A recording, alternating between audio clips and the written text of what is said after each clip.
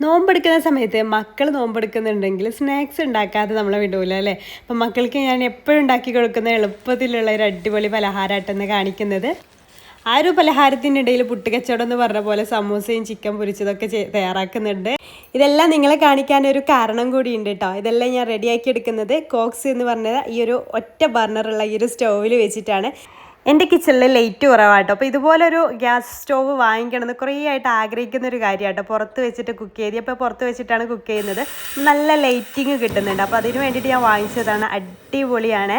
Cox appliance എന്ന് പറഞ്ഞ Instagram page വഴിയായിട്ട് ഞാൻ വാങ്ങിച്ചിട്ടുണ്ടായിരുന്നത്. നോർമൽ സ്റ്റവിനെ അപേക്ഷിച്ച് കുക്കിംഗ് നമുക്ക് ഫാസ്റ്റ് ആയിട്ട് ചെയ്യാൻ പറ്റും കേട്ടോ. അതിൻ്റെ ബെനിഫിറ്റ്സ് ഒക്കെ അറിഞ്ഞതിന് ശേഷമായിട്ട് ഞാൻ അത് വാങ്ങിച്ചിട്ടുള്ളത്. ഇത് പെട്ടെന്ന് തന്നെ കുക്കാവുന്നതുകൊണ്ട് തന്നെ നോർമൽ നമ്മൾ ഗ്യാസ് സ്റ്റവ് യൂസ് ചെയ്യുന്നതിലേറെ കുറവായിട്ടാണ് ഇതിൽ ഗ്യാസ് ചിലവാവുക.